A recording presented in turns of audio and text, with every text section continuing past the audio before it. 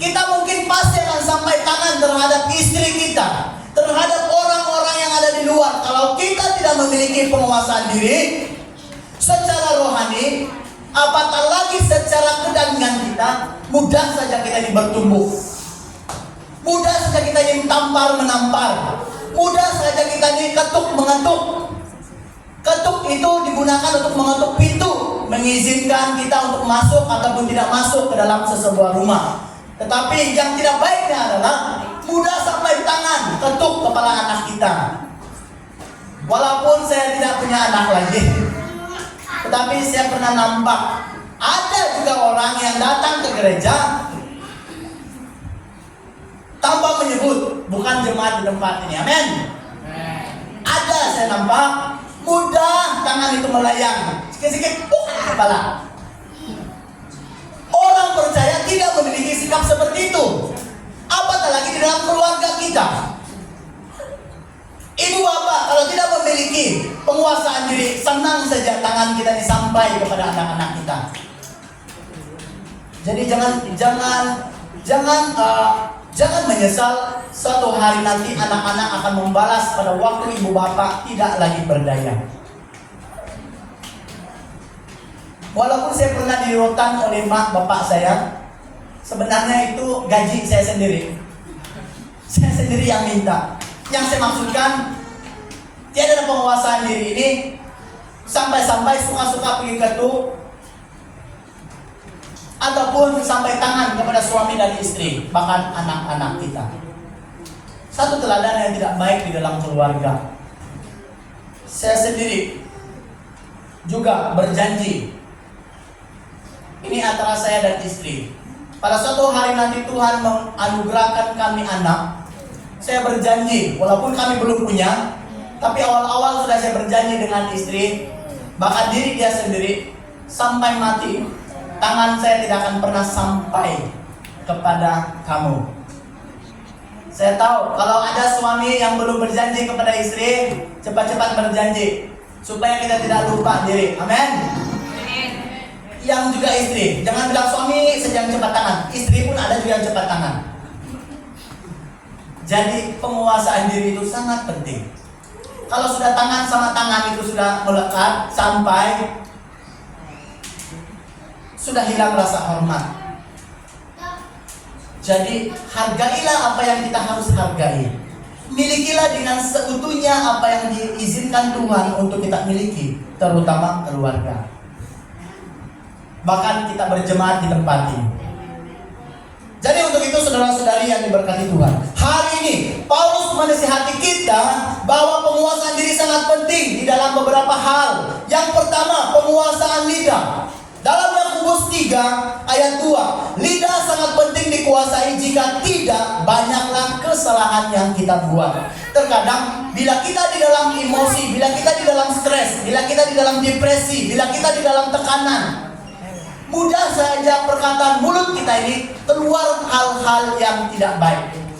Apalagi kalau waktu kita belum makan macam sekarang kan. Mudah saja. Hei, kau ni ya, nasib sini orang yang bergereja. Jual nama gereja lagi. Nasib sini jemaat gereja SPPTC kalau tidak siap kau ni. Ada yang begitu? Tidak, puji Tuhan. Mari temukan Tuhan kita.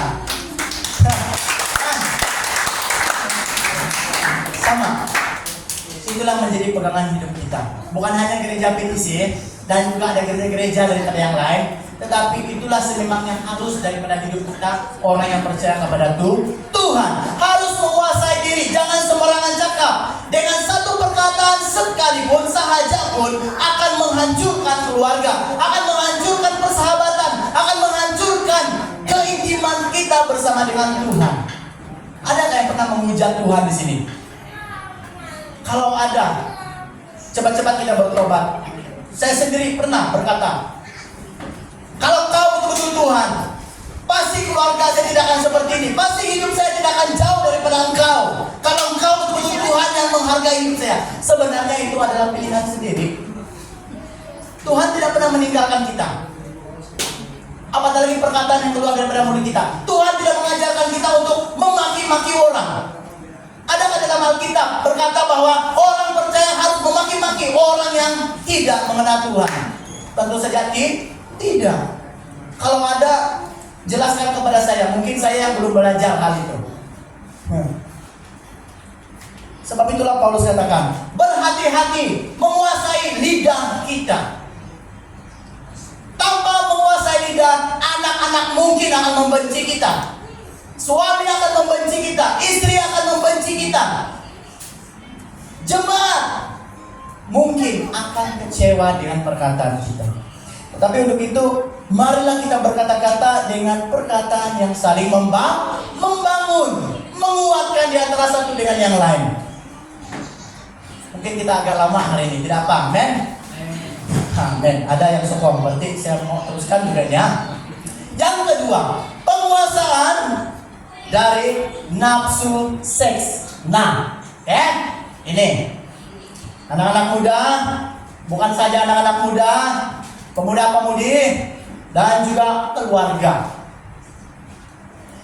Penguasaan nafsu seks dijelaskan, dicatat di dalam 1 Tesalonika 4 ayat 3 hingga 7, di mana dikatakan, hati-hati jangan sampai kita hangus dalam keinginan hawa nafsu. Kenapa Paulus catat hal ini? Karena di dalam kehidupan orang yang percaya kepada Tuhan ada juga tidak menguasai hawa nafsunya.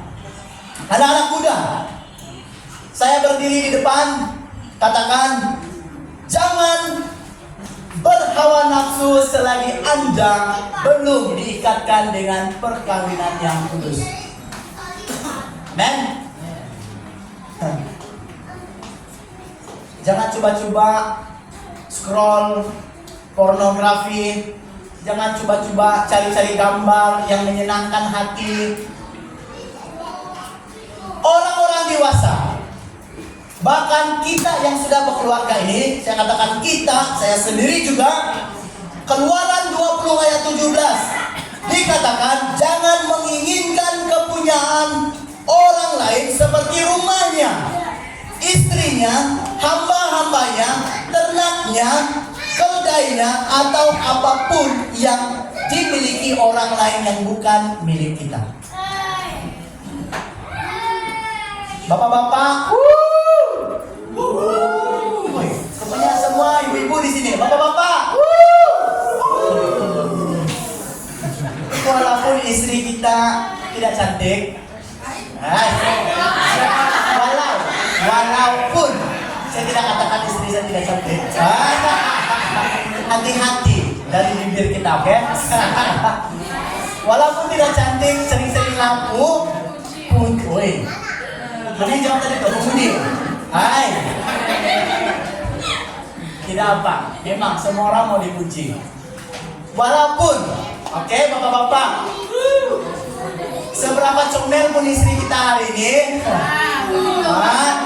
seberapa pun comel dia, ingatlah pada waktu mula-mula kita bercinta. Hai. Ada juga pemuda-pemudi ini, semangat. Ingatlah pada waktu kita mula-mula berkasih. Berkawin itu memang sudah kita terima sebelum, waktu kita mencari pasangan. Saya tidak mendorong secara negatif kepada pemuda-pemudi, tetapi kalau Anda yang masih bersekolah, elak-elakan, ataupun tahan-tahan dulu. Selagi Anda belum bekerja, selagi Anda belum mampu untuk berdikari, sabar-sabar dulu. Amin. Amin. Jadi untuk yang semua kita hari ini, jangan sampai kita menginginkan sesuatu yang bukan kita punya. Istri-istri, bukan saya maksudkan istri-istri saya. Maksud saya istri-istri itu para wanita yang sedang berpunya suami. Setidak handsome pun suami kamu hari ini. Oh handsome, woi, haleluya. Kan, macam saya tidak handsome tapi saya sudah kawin. Walaupun saya tidak handsome, ada juga orang suka saya. Haleluya. Amin. Oke, maksud saya biarlah itu milik istri saya.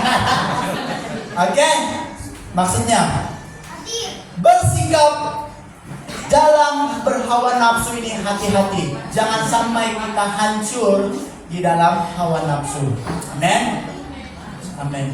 Hanya kematian yang memisahkan kita. Yang berkeluarga, apapun keadaan kita, saya tahu ada pergumulan kita. Kami yang baru saja berumah tangga, ada sudah kena gigit-gigit semut. Baru kena gigit semut. Yang kena gatal-gatal, apalah Tuhan. Tapi kalau bagi orang yang tidak percaya kepada Tuhan, sekecil apapun semut itu pasti akan menghancurkan keluarga. Tetapi orang yang percaya kepada Tuhan, sebesar gajah sekalipun masalah itu, kalau kita adalah orang yang memiliki penguasaan diri, pasti kita dapat atasi dengan sukacita. Ingat, orang yang ada di sekitar kita, keluarga, anak, ibu, bapak yang ada bersama kita hari ini, diizinkan Tuhan untuk bersama dengan kita. Sampai pada satu saat mereka tidak lagi bersama dengan kita, pasti kita akan menyesal karena tidak menghargai mereka. Jadi untuk itu, berhati-hati menguasai diri kita. Jangan juga berlebihan di dalam kita makan. Dalam satu masa, mau makan KFC, mau makan McD, mau makan mie, mau makan nasi goreng, nasi pattaya, dan sebagainya dalam satu masa maksud saya. Kalau hari ini makan McD, esok makan KFC itu terserah.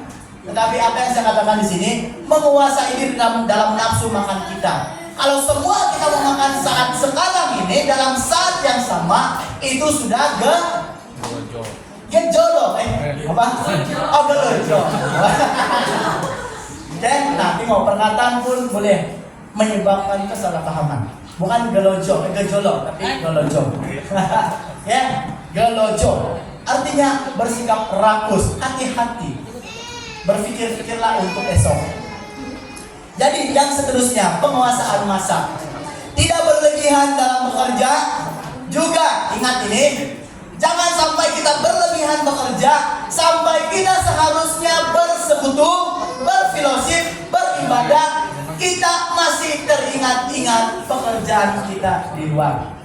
Ingat, Tuhan mengizinkan kita dapat pekerjaan itu untuk nafkah kita, tetapi bukan menjadi hal yang mengganggu kita untuk mencari Tuhan.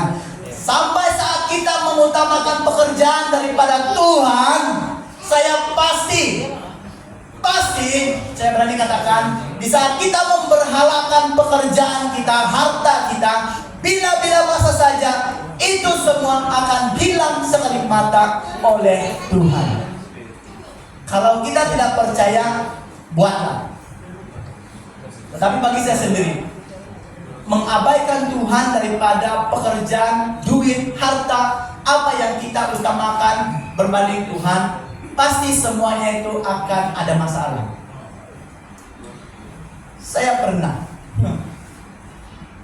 semakin memberhalakan harta, semakin memberhalakan kawan-kawan, mengutamakan kawan-kawan, berfoya-foya daripada beribadah seperti ini, banyak masalah.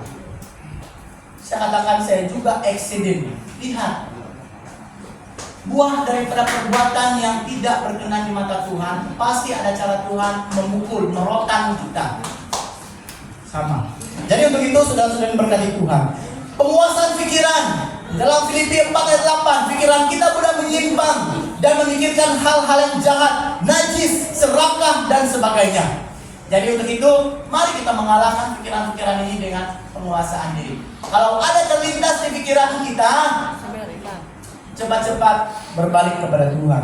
Untuk itu saudara-saudara yang berkati Tuhan, di dalam 1 Korintus 9 ayat 25 berkata, hanya orang yang menguasai dirinya sahaja yang akan mendapat mahkota abadi. Sama seperti buah roh yang kita belajar tadi, di mana pada akhir kehidupan kita, pada waktu kita masih bertahan di dalam penguasaan diri kita, yang kita dapatkan adalah mahkota yang abadi. Amin. 1, 2, 3, mahkota yang abadi. 1, 2, 3, mahkota yang abadi. Terakhir, saudara-saudari, dalam kesimpulan, sebagai orang yang berstatus orang yang percaya ataupun orang Kristen yang sejati, Hendaklah kita memiliki kasih, hendaklah kita memiliki buah roh yang bersumberkan daripada Roh Kudus. Ingat, 9 buah roh bukan bersumberkan daripada kedagingan kita, tetapi daripada buah roh, yaitu Roh Kudus Tuhan. Yang ketujuh yang harus ada dalam hati kita, kehidupan kita sebagai orang yang percaya dalam kesetiaan, lemah lembut, dan penguasaan diri. Jadi untuk itu, hari ini jika ada yang kurang daripada 9 buah roh dalam hidup kita, mari kita sama-sama perbaiki diri kita. Hari ini mari kita memiliki 9 buah roh, yaitu kasih, sukacita, damai sejahtera, kesabaran, kelurahan, kebaikan, kesetiaan, lemah lembut, dan penguasaan diri. Itulah buah roh, 9 buah roh daripada Tuhan, ataupun daripada kita orang yang percaya kepada Tuhan. Maka nama Tuhan kita Yesus Kristus akan dipermuliakan di tengah-tengah umatnya. Amin. Mari jemaat Tuhan kita berdiri bersama. Kita berdiri bersama, kita meresponi firman Tuhan dengan doa kita kepada Tuhan. Saudara-saudari,